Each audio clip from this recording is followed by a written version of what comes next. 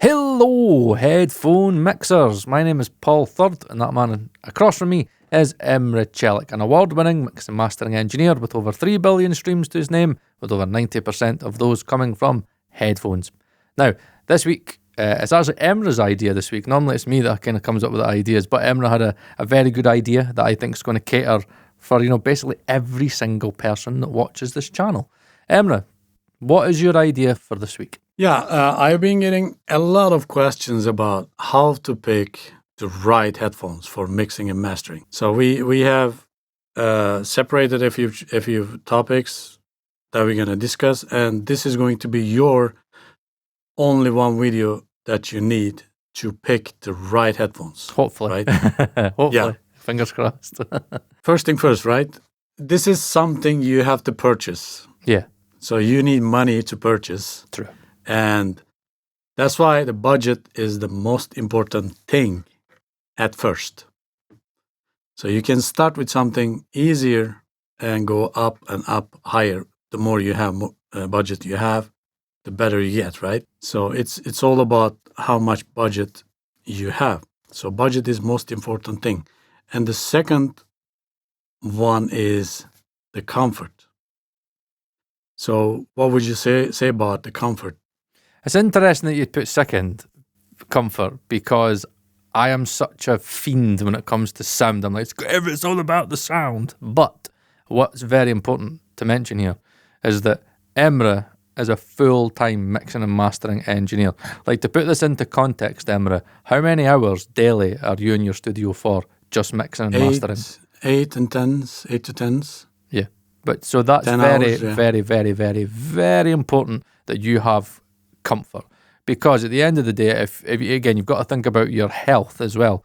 I mean, if you're thinking something like the Odyssey LCDX-C, the closed version, it's like one of the heaviest headphones. Is it actually the heaviest headphone like on the market, Emrah? It's one of them, isn't it? It's like genuinely one of the heaviest. Yeah, it's one of the best closed back headphones I have ever heard. It really is. But that's too heavy to create some issues. You can use them for 20 minutes and you start feeling a pain on your neck, and you need to train a lot to handle those. So, and we are the nerds, so we don't have muscles around here. Speak for yourself, Emrah. Yes. If you are training a lot and you have muscles, then you can use then you can use LCDX, but that's heavy. Yeah, I would say that the maximum 500 grams, the half kilo, is my limit. More than that is just I start feeling pretty tired using heavier headphones, because you have to look down, right? You have to look down your keyboards and they're just falling. Yeah. So I think a good point to start, Emrah, would be, what would be your kind of, not perfect, but what would you say is a good range weight-wise for mixing on headphones? What would you say is like a good weight? Around 200, 250, and maximum, I should say, not minimum, but maximum is mostly like 400, 500 grams. I would agree. That's okay. So what about clamp force, Emrah? Like, what is it? Again, so explain to people what kind of clamp force is, for anybody that's kind of not really heard these terms before. So what it is, and kind of how to know if something is maybe a bit too tight. Yeah, I can show you what clamp force is, right? Clamp force is just how much pressure these pads, it's just clamping your head. You don't want to have too loose or just too tight. Mm-hmm. And it depends on your head, right? Head size. Yeah, that's a good point. If you are smaller heads, we saw a guy using LCDX, the smaller head, right? He was like giant, like that. That was pure massive. Absolutely. Yeah. You should pick the right one with your head size as well. So most of the headphones are good enough to fit your heads, but I would prefer something that hanging on your head. No, I agree. Just not just not sitting on your head, just like these, right? They are sitting on your head. The worst headbands ever. Now, we're about to do a Hyphaman video next, and we'll get onto those headbands. But what's very important about getting a good headband is if you have a headband that's quite maybe overly padded and it's just maybe a bit heavy on your head, is you get what's called a hot spot.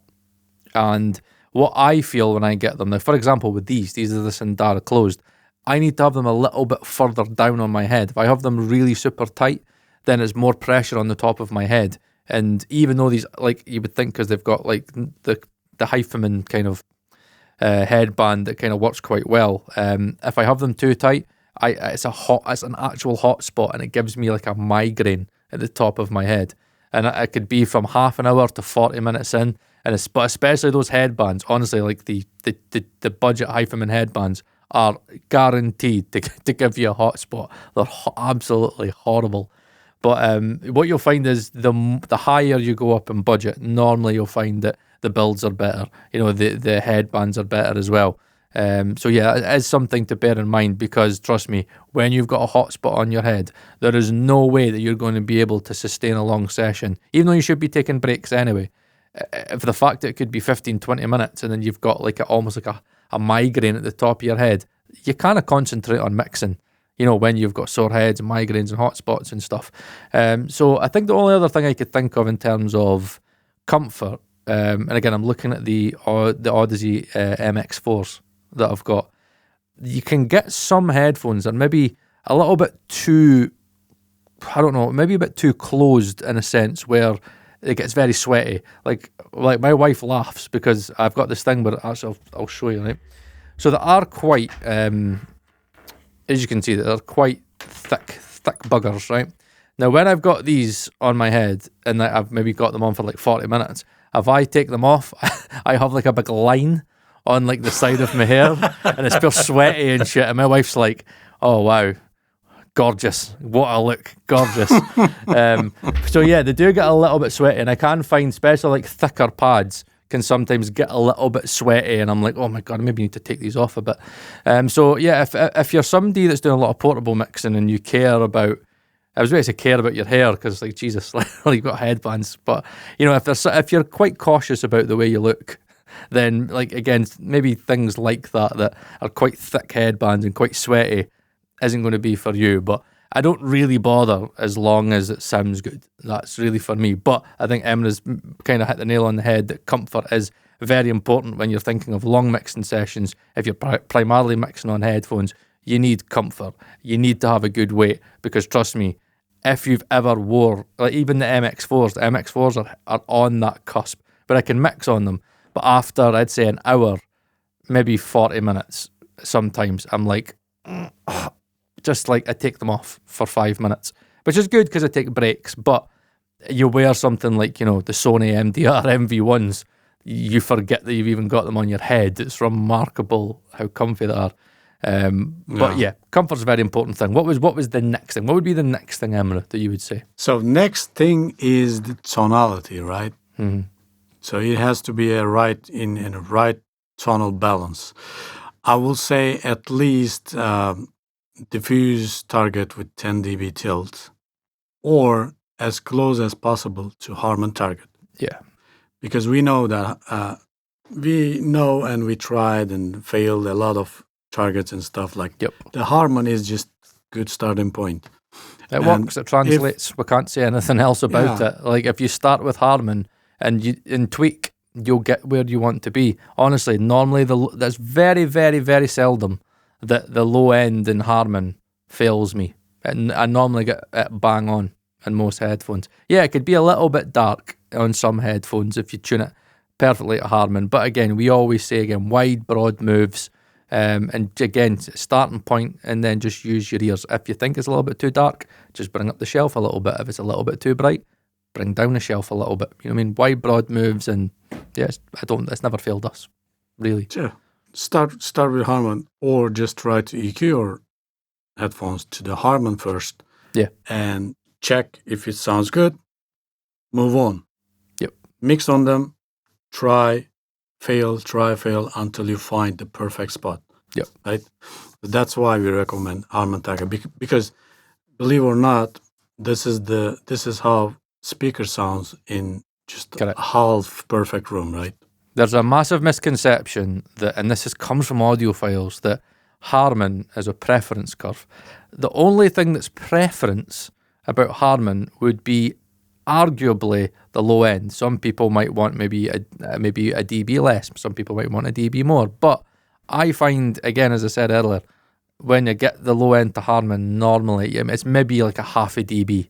Never normally a dB out for me. Again, it has the measurement rig itself has to be wrong, or again, they've not got it right.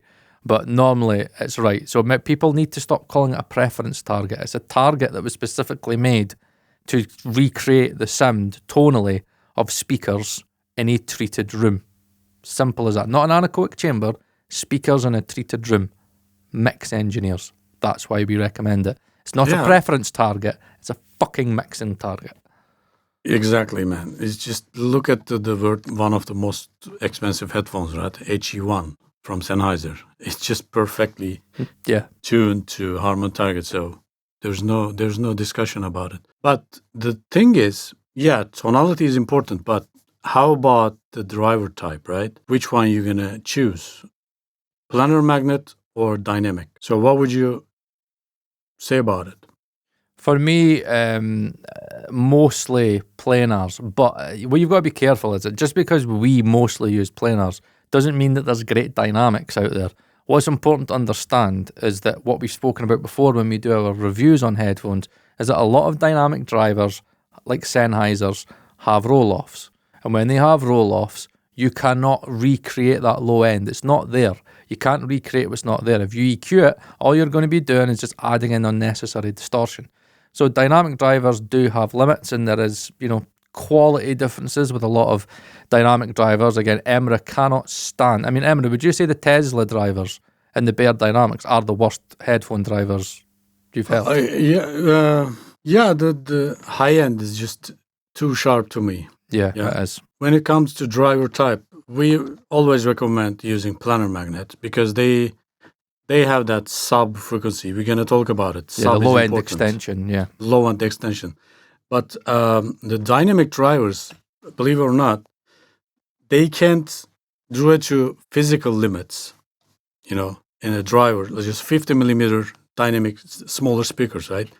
It's, especially on the open back headphones, it can't produce sub frequencies.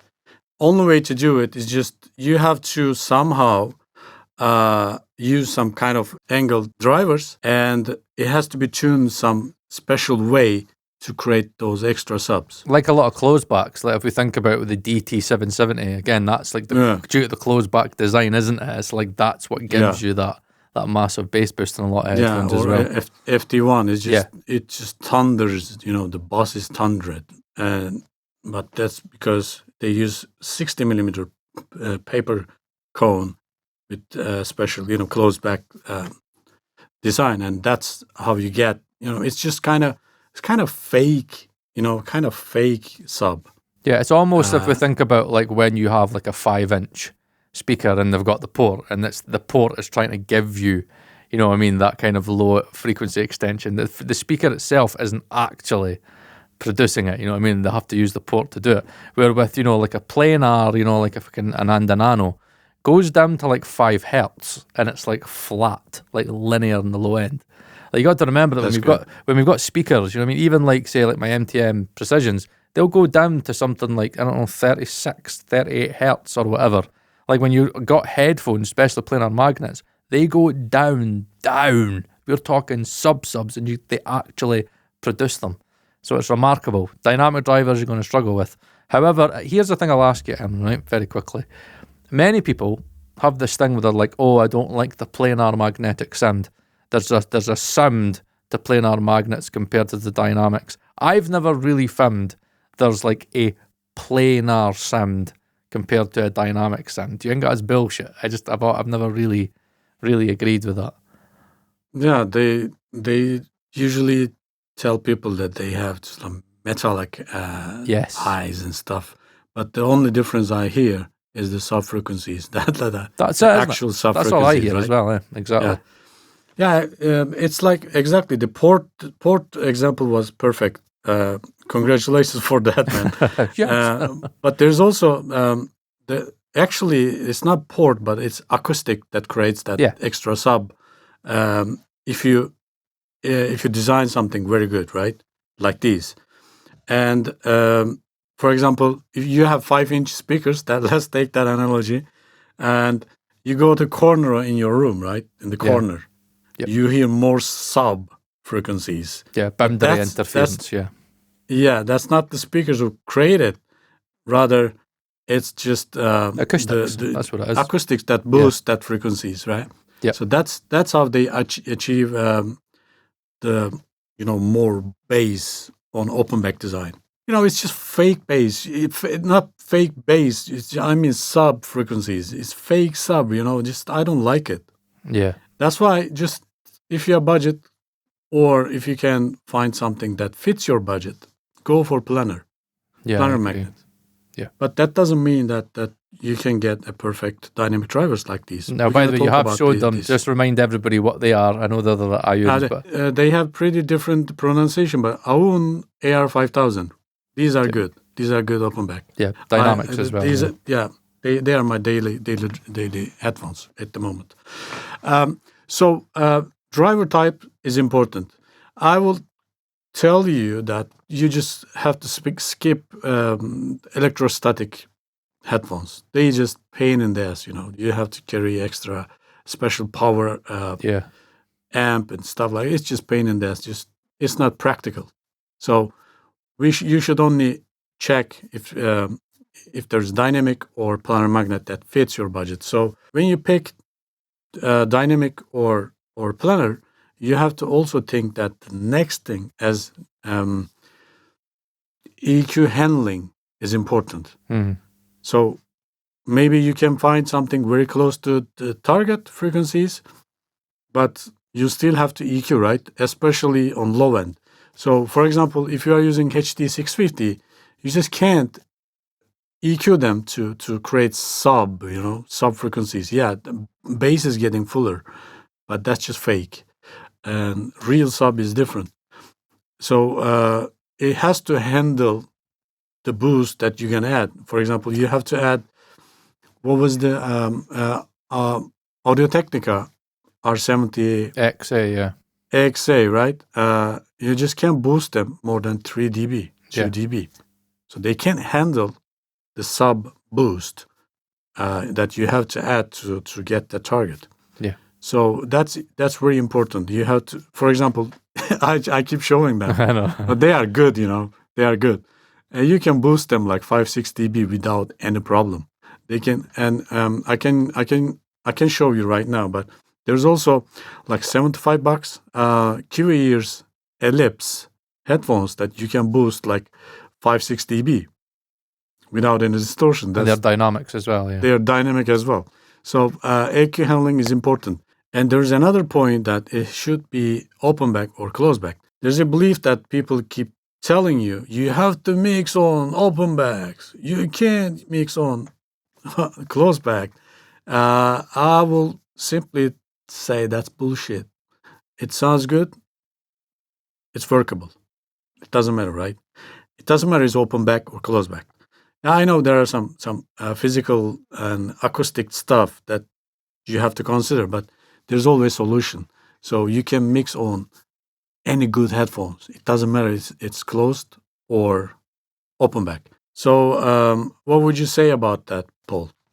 No, what I would say that on average, I'd say open backs are a little bit more consistent in regards to a sound that doesn't need as much work to it.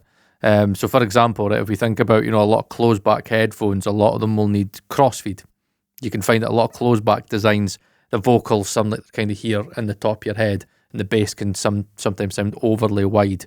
However, there are closed back designs that don't need crossfeed, but I do find that there are more inherent issues with closed backs than there are in open backs. And I find that here's a good way of putting it. I would say that if you were to put like an average of the headphones that we would mix on, you would probably find that like 70, 80% of them are probably open backs. But then the argument is that there's arguably more open backs than closed backs. But as Emrah said, they're workable. Like the LCDX closed, oh my God, it's one of the best sounding headphones. It sounds great. But again, I was on my Discord. By the way, if you want to join our Discord that Emrah's on as well and discuss all the geeky things and get headphone EQ curves and stuff like that, you can join now. We are now monetized, and you can now become a channel member. If you become a channel member, we can link you directly to the Discord. And what was interesting was I did an EQ for somebody today, and they were like, "Paul, that's it, chef kiss, perfect. That is the one. Like finally, like these really, really, really do make sense." But it was quite a lot of EQ. I do find that a lot of close backs. I don't know, this could maybe be again a point to discuss, Emrah, that I do find that a lot of close backs need a lot more EQ than open backs. Again, you get really bad fucking measuring open backs, but a lot of the close backs that I've had to EQ, I do find there's sometimes they do, for whatever reason, have, they do need a lot more EQ. So that would be my thing, Emrah. I would say that on average, you'll find that open backs will be kind of a little bit more consistent within a range of headphones within a certain manufacturer. Like, for example, a good example would be Hyphaman. Hyphaman, for whatever reason, can't really do closed backs right. We don't recommend these for mixing. Audivina sounds terrible. But it's Varna, Jesus Christ, it's unbelievable. Arguably, nearly, if I need more time, though, maybe like an end game headphone to do everything with. But it's nearly $3,000. So not every manufacturer can get closed backs right, but I do find there's more of a consistency with open backs. And if you tend to go for an open back, you might maybe find that on average, you might get best results. That's what I would say. I'm not saying you can't mix on closed backs. I'd say that open backs are probably a little bit more consistent. What would you say to that? Yeah, I agree with you. You just take things more guaranteed, right? It's just you play the right horse, right? That's a good point. Yeah. But for example, if you're on a budget, there is VO-FT1. It's just perfectly fine for mixing. AKG 371 that I work with, I mix with, I mastered with. You go higher and higher. There is Dan Clark Audio close backs. You can go up to 5,000. Yeah, it's stealth. For stealth, yeah. It's just tuned perfectly. To Harmon as well, like absolutely. To Harmon as well. Bang on to Harmon as well. Yeah. So it's not that you can't mix on closed-backed headphones. It's just doesn't make sense. If it doesn't matter if it's closed or open back, it has to sound good. Yeah, exactly what Emrah said there. So let's just end on that point. Doesn't matter whether it's closed or open back. What matters is if it's good or shit. That's it. Yeah. A headphone's either really good or it's shit. Yes, you can polish a turd and you can do EQs and make things better, but you cannot fix distortion that's in the headphone. You can't take away distortion that's there. You can't fix a headphone that's got a very, very, very narrow soundstage and very shitty imaging. And yeah, there's just inherent things that you just can't fix. If a headphone's shit and it's not really recommended for mixing, then it is what it is, whether it's open back or closed back. We've heard some awful open backs and we've heard some awful closed backs. So yeah, what's the next point, Emrah? Yeah, this is more connected to budget, but okay. I will say drivability is important too. Yeah. Because you want to have something that's easy to drive, right? The harder it gets, the more budget you need. Correct. Because you need powerful amps or DACs and DAC amps and stuff like that. So that's very important. So make sure that that's something that's easy to drive and worth money. You don't want to go for 600 ohms. It's not going to give you anything special. Yeah. That's pointless. But if you have good setup, you can go for hard to drive stuff like HE6SE, right? Well, you would need to be like there's only a handful, that can do it. If you have budget. Yeah. If you have budget. But I think what a good point to mention there, Emrah, is that budget is important. However, just to kind of bring you back on that budget, you can get something like a topping L30 Mark II, which is unbalanced, or you can get a topping L50, which is like 170 or something like that. You don't need to spend too much. And we've got videos talking about headphone amps. So again, you can kind of get into that. But yeah, it's a good point. Drivability is a good point. So if you don't have the money, or you don't, want to spend, money on a headphone amp, then you need to, one, think about the headphone amp that you do have in your interface.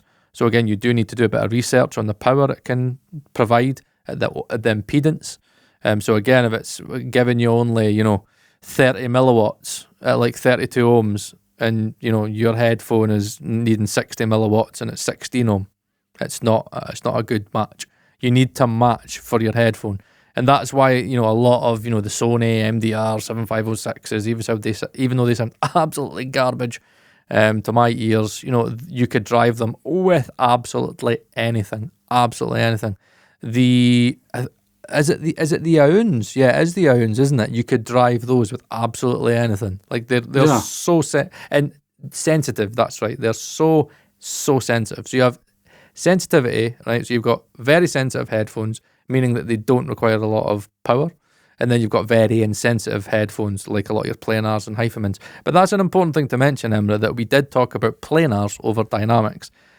The thing is with planars is that they normally are quite hungry, because a lot of them do require quite a bit of current. And if you watch that video on headphone amps again, and we talked about again the issue with interfaces is that a lot of them are current limited. So again, you've just got to ensure that when you're looking for the right headphone, that you get a headphone that can be adequately linearly powered by the headphone amp that you are using. So that's a very, very, very important point. Drivability and matching your headphone to your amp, 100%. Yeah, that's why I keep holding that. So far, it's checking all the boxes, right? Yeah, that's true. And how much is it again? How much is it? It's, I think, $299. Okay. Dollars. Right. Yeah, that's good. So drivability is important, but there's also a harmonic. Let's get into details, right? A little bit. So harmonic distortion is important, but not that so important, because there's masking. So the more you drive, at 85 dB SPL, you have to make sure that it doesn't go more than 1%. Yeah. THT and stuff like that. So harmonic distortion is important, but most of the harmonic distortion that you're gonna hear is from the low end, sub and the bass. If it can handle bass, you don't have to worry about that too much, because some mid-range and high-end harmonic distortion is when you listen to a pair of headphones. Maybe if you're audiophile, it may be a problem. But when you're mixing on them, let's say we have a just crispy, a little bit distortion on the mid-range and high-end, right? That's actually will lead you to use less saturation, less harmonic distortion.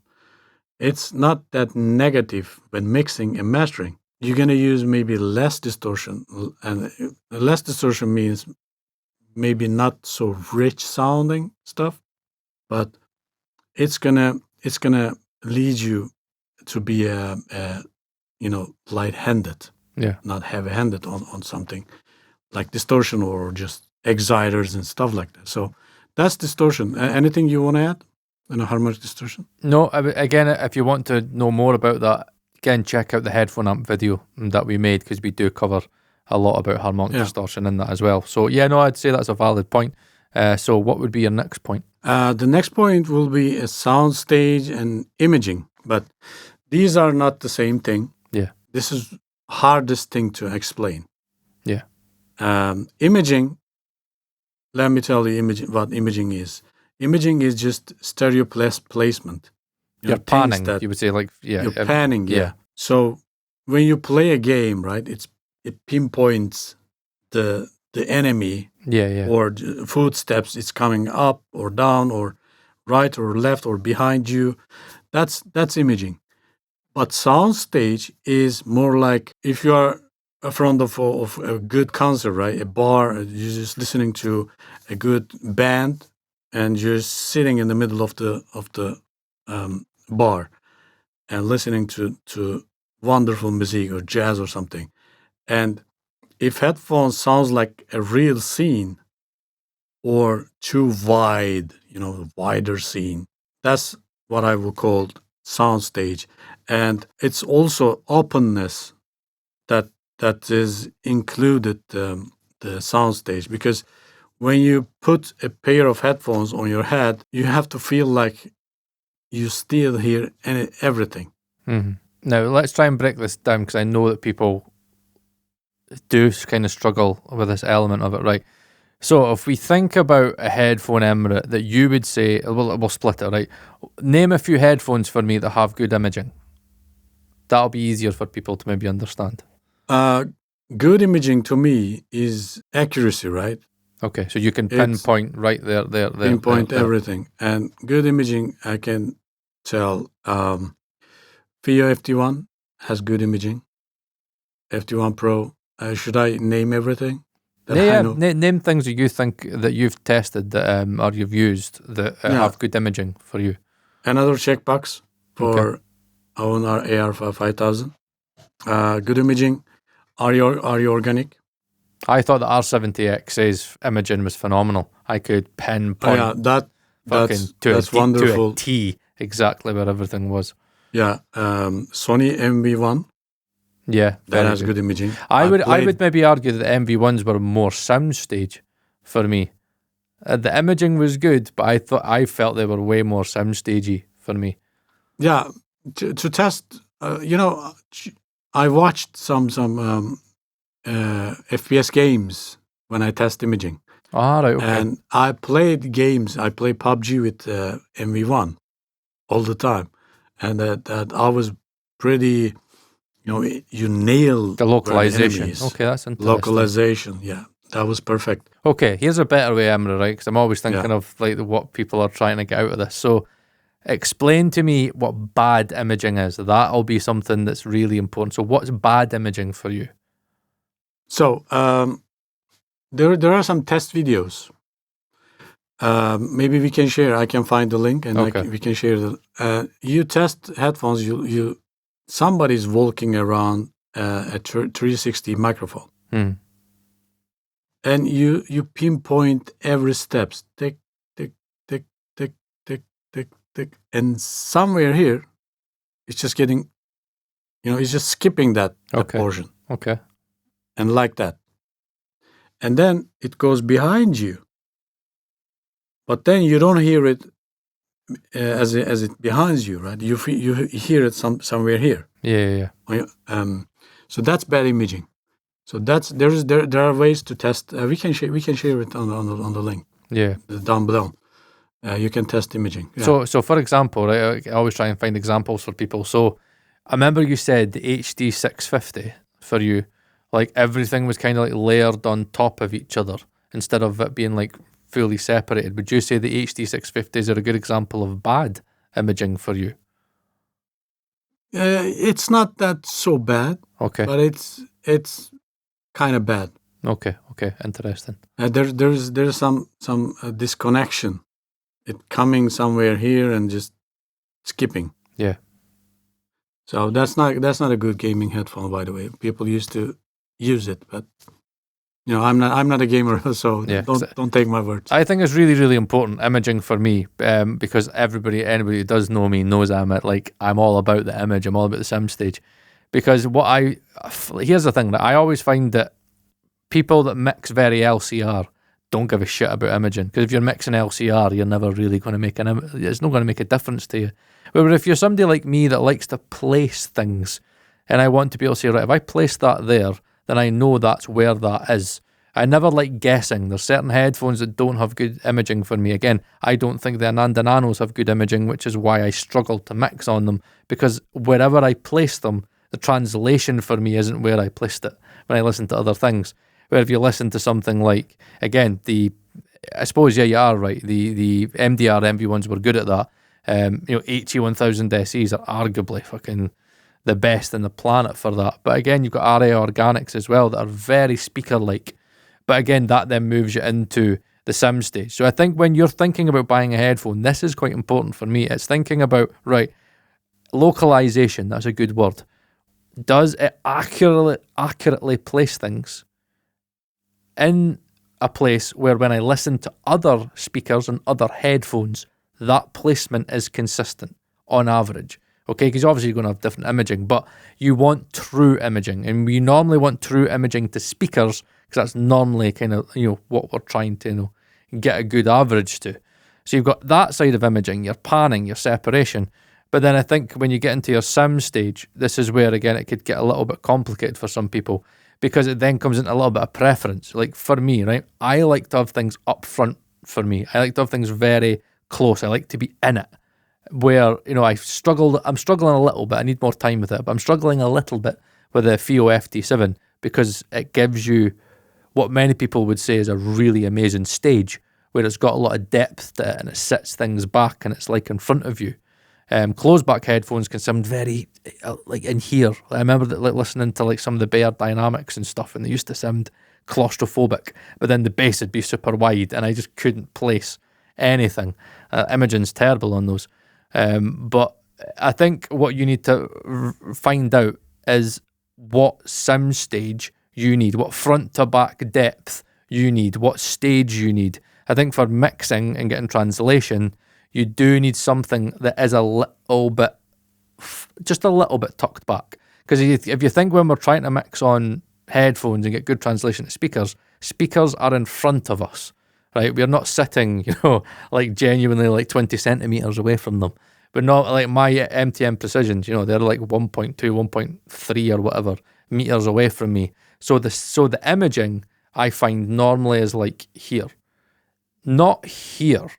Whereas you get imaging for me that's like here, like everything's almost sounding like it's coming from behind my ears. Something that's just panned, wide left and right is coming from behind my ears. But in speakers, it's here, it's in front of you. So I normally find that that's the reason why I like Hyphamins so much, especially the egg-shaped cups, but some of the round ones as well. But definitely the egg-shaped cups, where they do this amazing thing where I think they just place things just back enough, but it's almost like listening to a pair of speakers where the phantom center's still up front, you've still got your transients, but it's just recessed a little bit, and the left and right isn't sounding like it's kind of right here at the sides of your ears.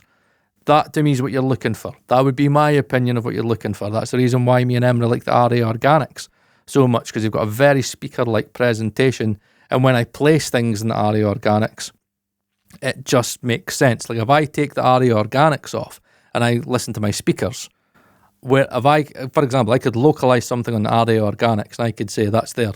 Switch to the speakers and I'm like, it's there in the speakers as well. That's good imaging for me. And then the Soundstage is just, it's just far back enough.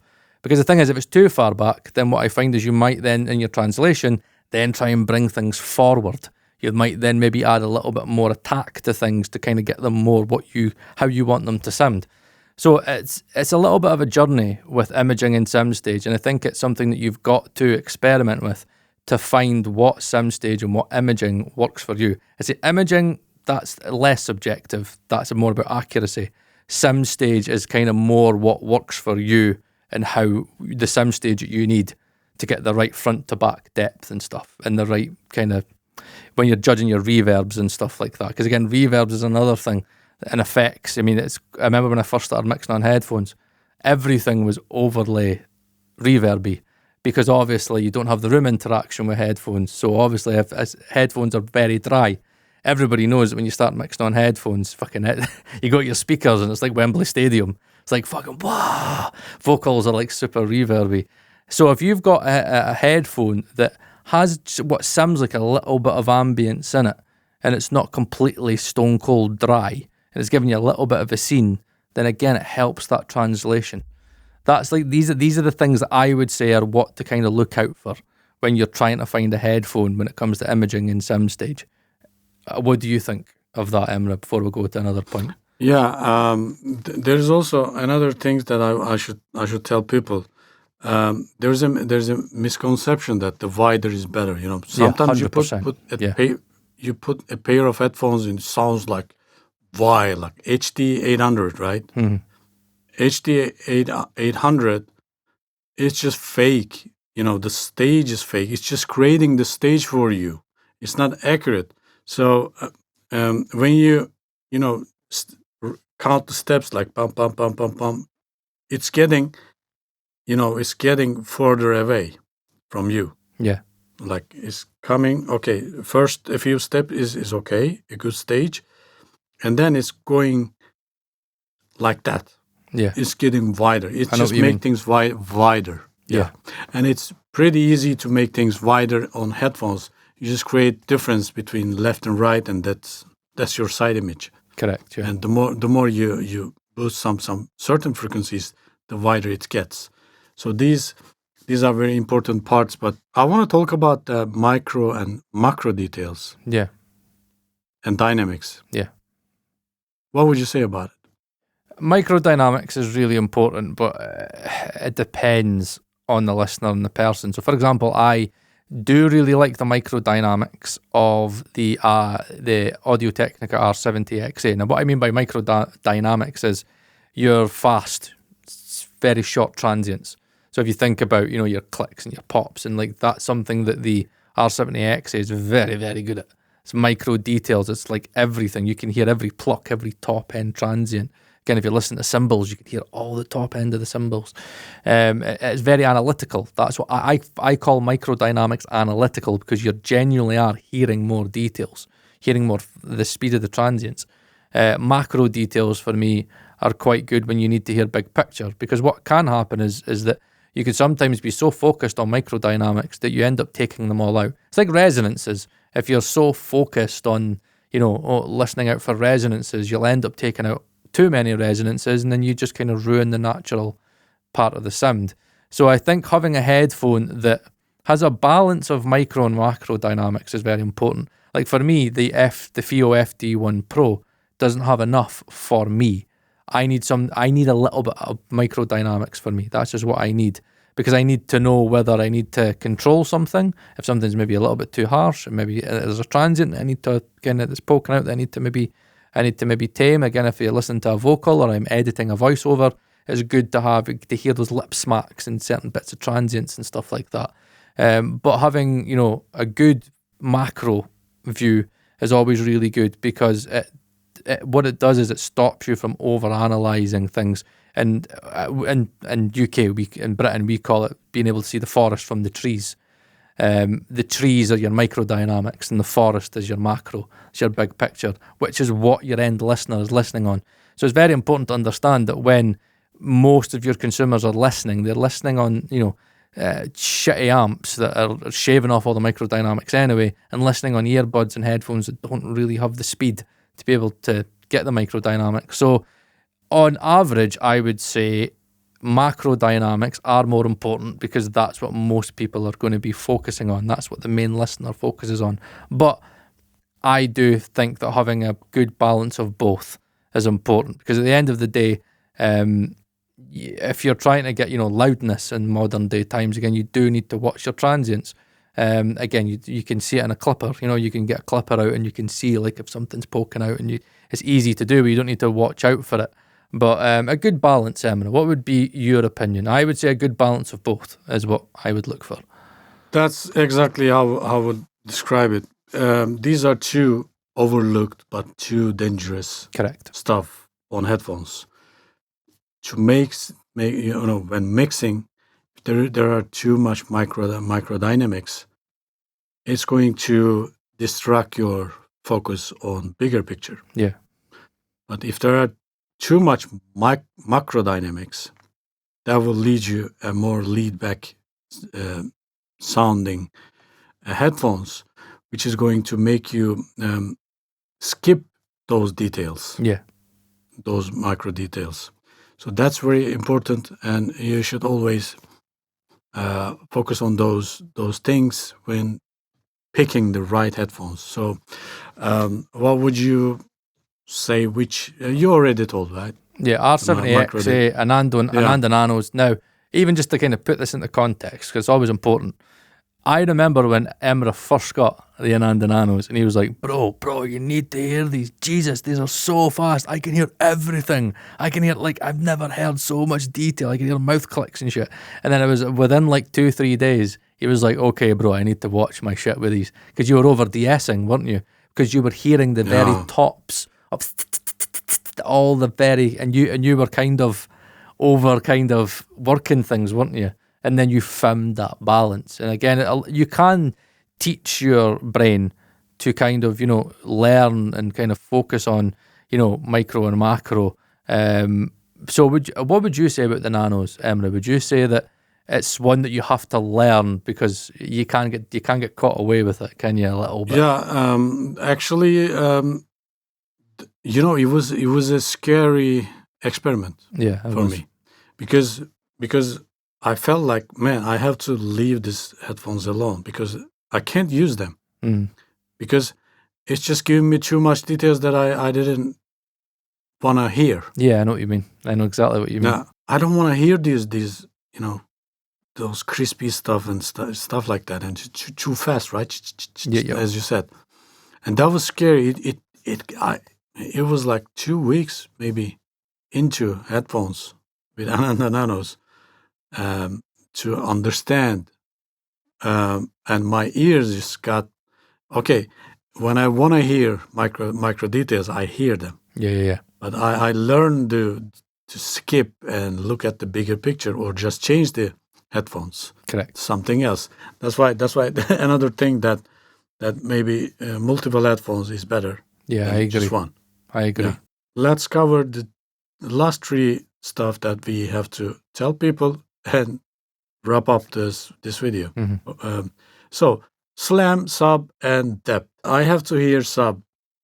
I have to feel sub because I live for sub. Mm-hmm. It's the only frequency that I enjoy listening to. And the only way to get that, as we mentioned earlier, is you need to have a linear response. The headphone needs to make the sub for then you to be able to boost it. But there's two things. One, it needs to be linear, so basically flat all the way to 5 fucking hertz or whatever. And then it needs to have very low harmonic distortion in the low end to be able to raise it. Now, something that's very important, right, because I don't want people to get confused and maybe get misled, is that there are planars that are going to have a roll-off. Even some planars that have a roll-off, right, you can bring it up, but I have found that there is especially some cheaper planars. It's not that you're adding more distortion, but it's like you're trying to add sub that isn't really there. So it's like you're getting it, but sometimes I just kind of it feels to me that it's not real sub. Like the HE400 SE, it's got quite a roll off on it. So I'm not getting I'm not getting more distortion, but it's not real sub. And what it does is it kind of just makes everything sound a little bit murky and stuff. And I'm like, no, just EQ it to where it actually fucking makes. Where it actually then, when it starts to roll off, that's where I wouldn't be looking to EQ. Because if I EQ below that, it just sounds not right, like proper sub for me. Yeah, just adding shelf, right? Or just sub just boost. Shelf. I'll just be a sub boost, and then I think if you try and correct that sub, if you try and correct that roll off in some, again, if it's planars and it's a little bit of a roll off, yeah, totally correct it fully. But with things like HE400 SE, again, I'll have an image on the screen. You can see it's quite a big roll off. So whilst I'm not getting, because they're supers, honestly, for like £99, super low distortion, like fucking Odyssey level fucking low distortion. But again, it doesn't produce really the sub in the first place. So yeah, I'm not getting the distortion, but I'm not really getting the sub as well. So it's a bit of a pointless bass boost. Sub boost, I should say, not bass boost, sub boost. So I'll bring up the shelf and I'll just leave the sub boost, dependent on the headphone. If you can get headphones that have a little bit of a bass roll off, but higher quality drivers, you actually can bring that sub in. But I'd say that's more on budget stuff. So again, roll off's important to watch out for, and planar headphones as well. So we talked about sub, we talked about depth already, and the last thing, which you won't hear it unless you have certain headphones, but for me and him, we need slam. I need my headphones to slam like a motherfucker. I'm telling you. See, as soon as I got the nanos, well, I remember I had Bose headphones, and then I got the Sindaras. Emrah said, get the Sindaras. I was like, whoa, and they're slam. These have got a bit of a slam to them. And then I got the nanos, and if you've never ever heard slam in your life, get the Ananda nanos, 85 dBA, bang, then you understand what slam is. Slam is when the transients are visceral. They hit you. The low end hits you. It's like that. That's what slam is. But it's like, Jesus, this is attacking my ears. And I always find that what people get wrong with slam is that they sometimes have a headphone that can slam, but they don't listen loud enough. To get headphones to slam, you need to drive them to the correct levels. Like nanos can sound soft-ish if you listen to them. Like if you listen to like 65, 70 dBA, they're going to sound pretty softish. But you fucking drive them to 85 dBA, and you could get those things to slam, and you hear it. You hear the dynamics, and it's not a thing that's like a slam, like you're pushing into a compressor or a limiter. It's just you're getting more of the dynamic punch. And yeah, it's like Odysseys are really good for it. Nanos are really good for it. Some dynamic headphones can have a bit of slam, but I normally find them with slam. I get more slam from planars.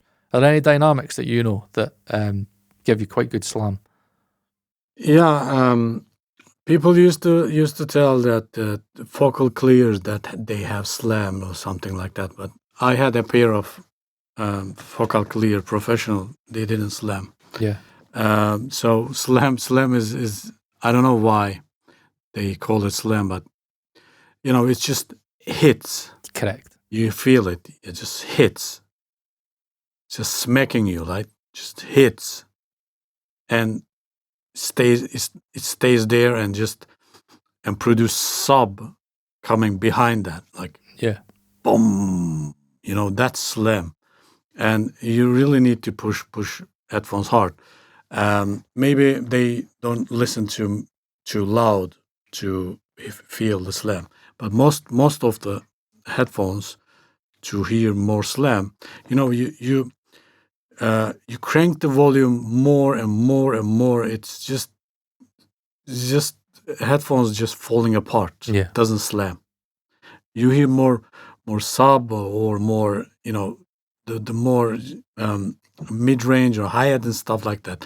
The stage getting better and better, but the kick hits, snare hits getting smaller. That's what slam is. It's really hard to explain. Yeah, you don't know until you've heard it. It's something that you don't know until you've felt it. But I think what's important, Emrah, is to kind of maybe tell people why we think slam is important. Now, I'll say why I think slam's important. Now, when I'm listening to the nanos, when I get a headphone like the nanos, like the Odysseys, like the MX4s and stuff, that have slam, what I have is I have this punch and this energy. And it's this energy that allows me to know if, my snares are loud enough, if my kicks are hitting hard enough. Because what it does is, when I reference, Emrah doesn't do this, but when I A-B a track, so if it's a spike or a Serbian track or something that sounds closer, it's the rough, especially a reference mix. It's one of those where I can go from, say, like what I call a pro mix to the reference, and I could instantly go, right, that's not hitting as hard as that. That's not punching as hard as that. I need to get it to slam. And with the nanos, I normally find that in certain genres, especially if you're like looking EDM, hip hop and stuff like that, rock and stuff like that, that when you get them to slam, you just know the mix is right. That's what I find anyway. I find that with nanos, when I get the mix slamming, and I'll quickly check, do a few EBs, I'll be like, yes. And I can judge the energy. And like on nanos, I'm not joking you, within 20 seconds, I know whether the low end's right or not. Like if I've been mixing on another headphone and I've been struggling with the bass, stick the nanos on, 20 seconds. That I need to do that, and that. And that's what slam, it could be that visceral attack that just allows you to judge the energy in a certain way. I find slams quite good when you've got a direct AB to quickly go between back and forth, just to check if the energy is right.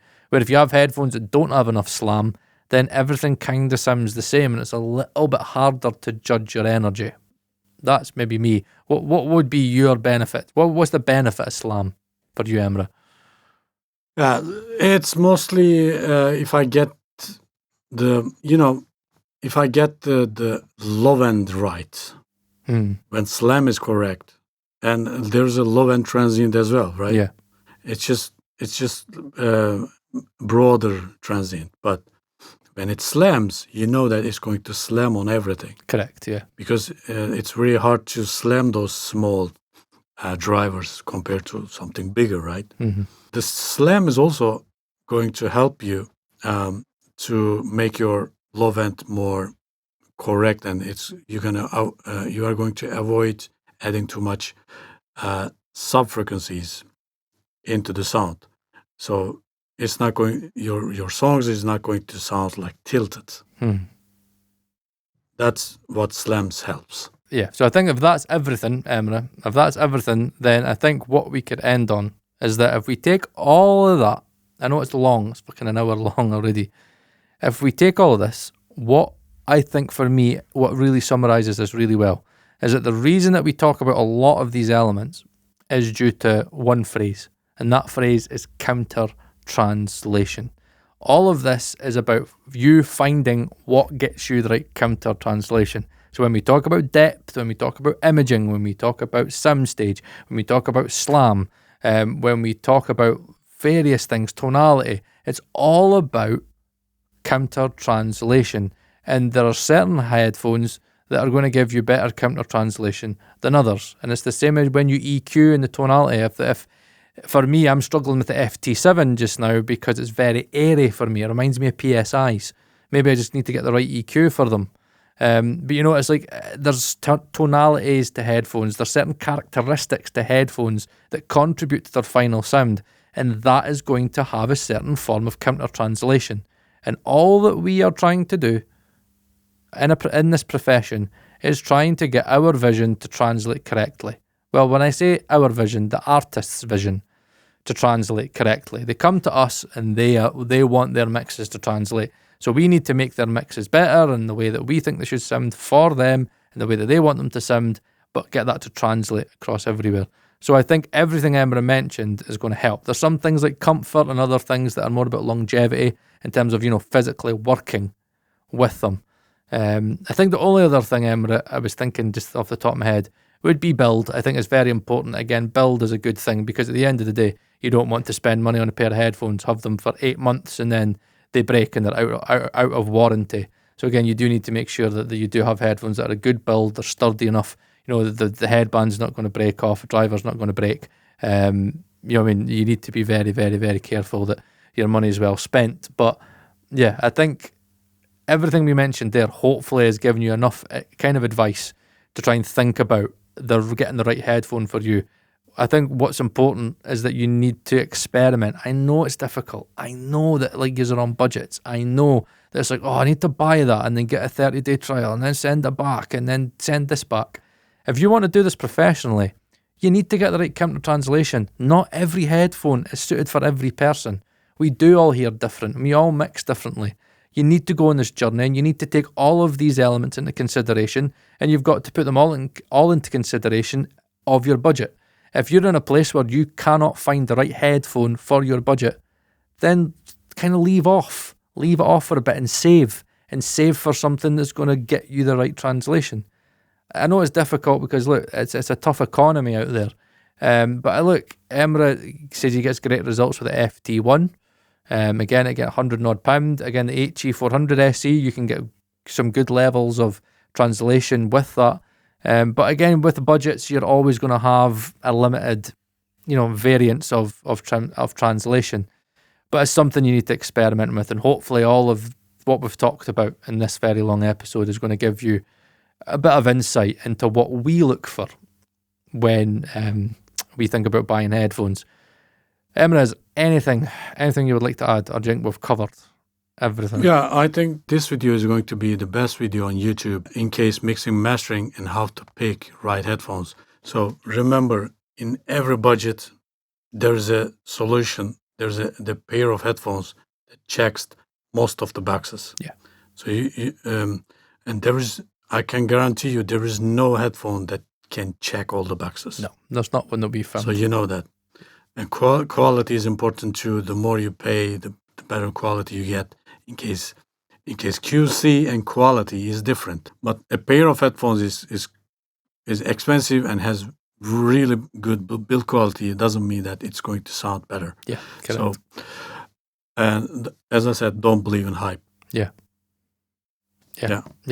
So, just make sure, right, if you take anything from this video, just make sure that you identify yourself. What are you lacking in your translation right now?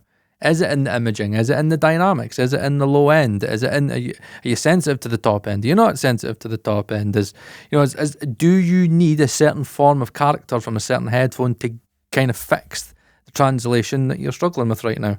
Translation is an absolute bugger. It's so difficult. Trust me, watch the Working Audio Tools podcast with Ed Thorne. It's like we've only got to a point where we're now really confident with our translation. But when you're starting out, it is difficult. And there are going to be certain headphones that work for you. But you need to identify what you need. Me and Emrah can only tell you what works for us. That's what's difficult about this channel. We have, different needs and different skill sets and, different tastes. You are going to have your own challenges and you're going to have your own skill sets. So you need to identify what you need and then you need to adapt that into what we've taught you today and spoke about to then find your best headphones. If you are struggling, again, consider joining the Discord. Again, we have helped a lot of people trying to get the right headphones for them. All the information's on there. I've got EQs to help you out as well. I've got a new technique for getting EQs that people are really saying is working really well. So again, there is a community of headphone mixers there if you're struggling, and we can help you that goes past this video. So, wow, long video, but yeah, a lot of good info in there, Emrah. So, let's wrap it up there. So, my name is Paul Third. That's Emrah Celik. And we'll see you next week on MixPhones.